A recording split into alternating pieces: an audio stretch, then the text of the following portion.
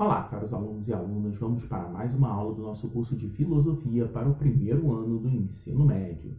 Na aula de hoje a gente vai trabalhar aí com o tempo, esse conceito maravilhoso que a gente deve observar na aula de hoje através de três percepções: o tempo cronológico, a ideia do destino como tempo inalterado e também o tempo de Deus.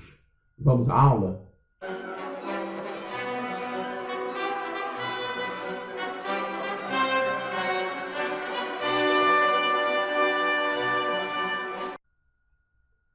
Então, na introdução, a gente vai trabalhar aí com alguns conceitos importantes.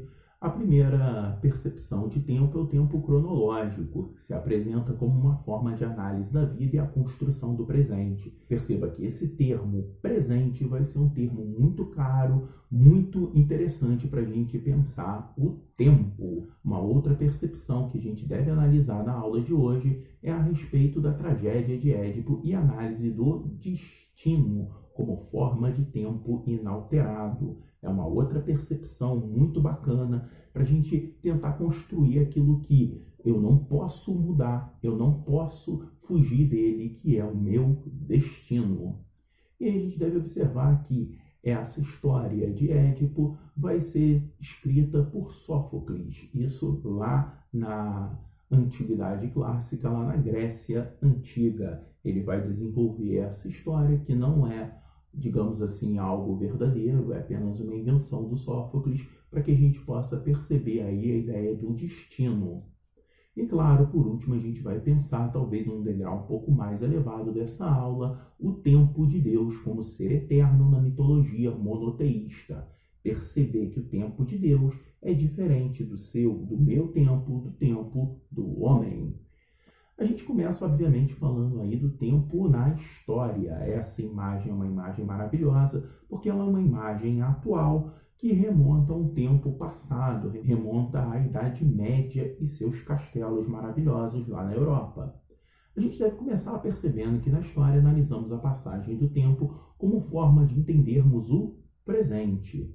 Então, a primeira percepção que eu quero que você que está aí me ouvindo consiga entender que tanto você quanto eu, como todo o resto da humanidade, nós só vivemos o tempo presente. Perceba você que não há possibilidade nenhuma de que alguém possa viver o passado, assim como nem você, nem eu, nem ninguém consegue viver o futuro. O futuro está por vir, o futuro é aquilo que vai acontecer, portanto, ninguém vive. Todos nós sempre vivemos o presente. Na verdade, todas as pessoas ao longo da história, elas sempre viveram o presente. Então, nesse sentido, o Sófocles, o Platão, que a gente já estudou, e todos os outros personagens históricos, Napoleão, Hitler, todos eles viveram um tempo presente. Mas o tempo do homem é sempre o presente. Assim, o homem antigo, o medieval, todos eles viveram o presente de seu tempo. Tudo que ocorre no presente é uma construção do passado.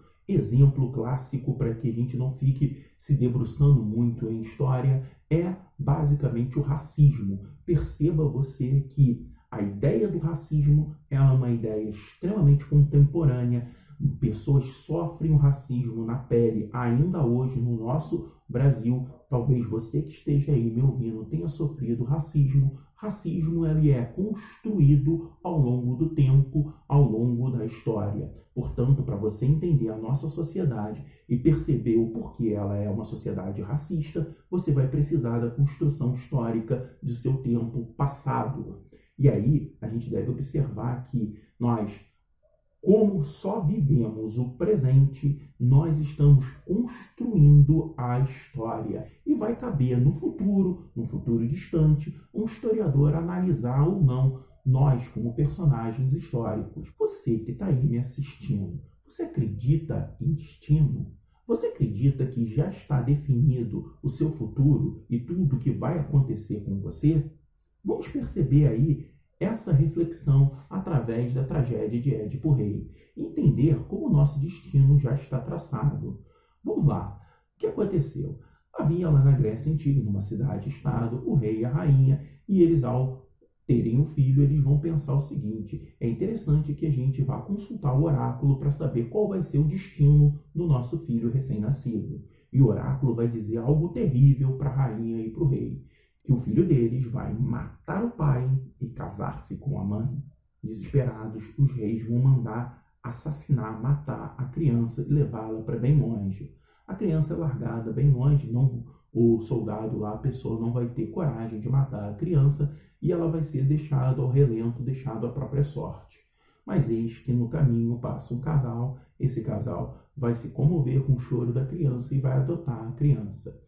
Percebam que o casal que adotou a criança não vai dizer a ela que ela é adotada.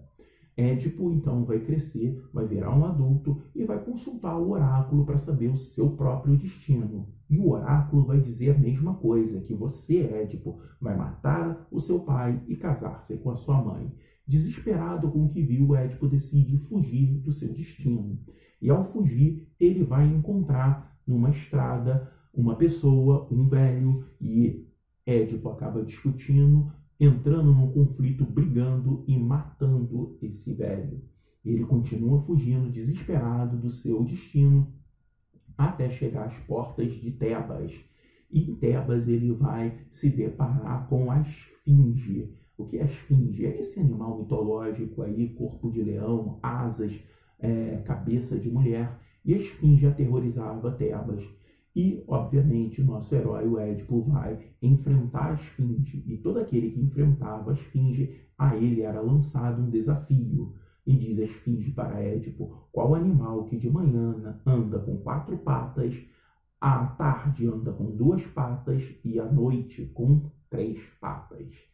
Claro, Édipo vai desenvolver, vai saber qual é a resposta e vai dizer: a esfinge é o homem que quando criança engatinha com as mãos e os joelhos, 4 patas, depois na idade adulta vai andar com 2 patas e por fim, já mais velho, vai andar com a muleta, o que seria a 3ª pata.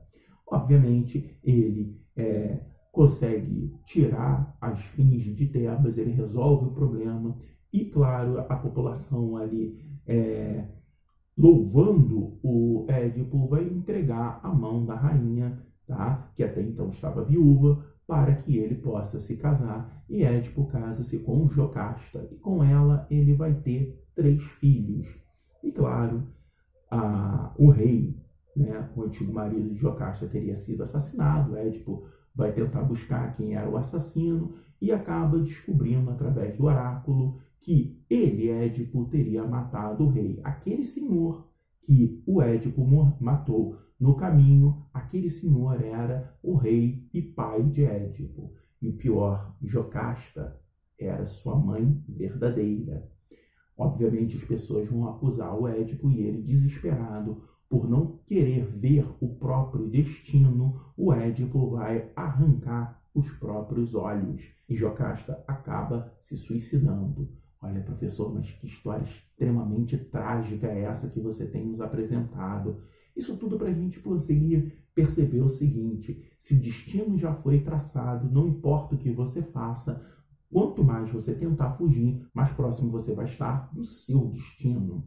Sendo assim, eu peço a você que está aí me assistindo a fazer essa reflexão. Podemos controlar a nossa vida? Você aí, controla a sua vida? E até que ponto sou guiado pela vida, perdendo tempo em não fazer nada? Que tipo de reflexão é essa, professor? Ora, você que está aí, digamos que você tem a certeza de onde você quer chegar? Você tem a certeza das metas trilhadas para que você tenha um futuro melhor? Ou será que você não está aí como um barco à deriva no meio do nada, sendo guiado pela maré? Nesse caso, você seria guiado aí pela vida. Passa o tempo sem fazer nada, passa o tempo ou perde o seu tempo sem fazer nada. Mais uma vez, a reflexão sobre o tempo, há mais uma percepção diferente sobre esse tempo. E claro, chegamos aí a uma concepção um pouco mais profunda que eu quero apresentar para vocês, que é o tempo de Deus. Como podemos desvendar o contraponto entre a ideia do livre-arbítrio e a predestinação divina? Professor, o que são essas coisas? Livre-arbítrio é a capacidade de escolha que você tem dada por Deus. Perceba que você vai ter os caminhos que vão te levar ao reino dos céus, e aqui eu estou apresentando um Deus obviamente cristão, nesse sentido. Você vai ter vários caminhos, um caminho que te leva ao reino dos céus, o caminho guiado por Deus, pela Bíblia e por aí vai, e outro caminho que não vai te levar ao reino dos céus, vai te levar ao inferno. E a você aí que está assistindo esse vídeo, você que vai saber ou decidir qual caminho você vai trilhar, porque no dia do juízo final, tenha certeza que não adianta você falar que você foi tentado pelo diabo para ir para o caminho errado, porque no final das contas, o caminho, quem decidiu o caminho foi você, e você vai ser culpabilizado por tudo que você vai fazer ao longo da sua vida. O contraponto disso é a predestinação divina, é você, ao nascer, já ser predestinado a ir para o céu ou para o inferno. Percebam aí que há dois caminhos que aparentemente são opostos. De um lado, a sua escolha, de outro lado, a escolha de Deus. De um lado, o livre-arbítrio, de outro lado, a predestinação divina. Professor, mas eles são opostos. Como eu posso saber qual é o verdadeiro? Aí que está o brilhantismo disso tudo, aí que está a percepção filosófica interessante a respeito do tempo de Deus. Deus é eterno, criador de todas as coisas, por isso não pode ser criado, é um ser em si. Vamos lá, não pode haver ninguém que tenha criado Deus. Por quê? Porque Deus é eterno, ele sempre existiu, e se ele sempre existiu, ele sempre vai existir. Esse é o conceito aí da eternicidade. O ser eterno é aquele que sempre existiu e sempre vai existir. Então, se ele sempre existiu, não pode ser criado por ninguém. Se ele sempre vai existir, ele não pode ser destruído por ninguém. Olha, professor, mas o que isso tem a ver com a ideia aí do livre-arbítrio e da predestinação divina? Eu estou aflito, professor, querendo saber sobre isso. Deus está fora do tempo do homem. Ele percebe junto o passado, o presente e o futuro. Deus, ele vai ser o criador de todas as coisas. Deus vai criar um mundo, Deus vai criar tudo que há nele. E nesse sentido, Deus vai criar também o tempo. Ora, pensa comigo, não vai ser tão complicado assim. Se Deus criou o tempo, é porque Deus está fora do tempo. A esse tempo criado por Deus é o tempo do homem. Deus está fora dele, Deus é eterno. Portanto, Deus ele percebe o tempo como passado, presente e futuro, todos juntos. Olha só, quando você nasceu, quando Deus concebeu a sua vida, Deus já sabia de todas as suas escolhas, de tudo aquilo que você vai escolher ao longo da sua vida. Porque quando você foi concebido, quando você nasceu no tempo do homem e não no tempo de Deus. Tudo aquilo que você está pensando ao assistir esse vídeo, Deus sabe. E o que é mais bacana, Deus vai saber de todas as coisas que você ainda vai pensar. Então, coisas que no futuro, quando você vai pensar sobre isso, Deus vai saber. Vai saber de todas as suas escolhas, do que você está escolhendo agora. Se você vai parar esse vídeo agora ou se você vai assisti-lo até o final. Deus já vai saber. A predestinação e o livre-arbítrio só são possíveis de serem entendidos em sua plenitude a partir do momento que você entende que o tempo de Deus não é o mesmo tempo do homem. Chegamos aí à nossa conclusão, e a nossa conclusão ela é um pouquinho diferente das outras conclusões. É uma conclusão que vai fazer com que você reflita um pouco mais. Eu não vou dar nenhuma resposta, e até porque a filosofia e os filósofos não estão aqui para darem respostas, eu vou apresentar uma reflexão para vocês. Existem inúmeras formas de se perceber o tempo. Como você percebe o tempo? você está aí me assistindo ao longo do tempo desse vídeo. Como você percebe isso? Você percebeu a passagem do tempo ao assistir esse vídeo? Certamente, se você achou esse vídeo chato, mas está assistindo até aqui, é porque a passagem do tempo foi longa. Mas se você achou divertido, interessante e curioso esse vídeo, a passagem do tempo foi curta. Olha que coisa bacana. Será que é seu destino questionar tudo? Inclusive a existência do destino? Perceba o seguinte, será que tudo isso já não está escrito? Você que está assistindo esse vídeo aí, você pode estar querendo questionar a respeito de tudo que se passa nesse vídeo. Questionar, falar assim, eu não acredito. Você olha aqui para o seu celular, você olha para o seu computador e fala assim, não, professor Heron, eu não acredito em destino. Mas será que não é seu destino não acreditar no destino?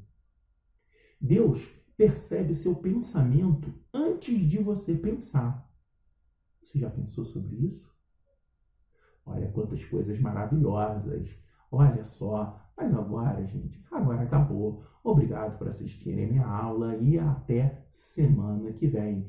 Se você gostou desse vídeo, se foi interessante, se te serviu para alguma coisa, eu peço que você se inscreva aqui no canal e, obviamente, dê aquele like de que gostou, aquela sinalização de que você gostou, porque tudo isso vai fortalecer aqui o meu trabalho. Obrigado e até semana que vem. Valeu!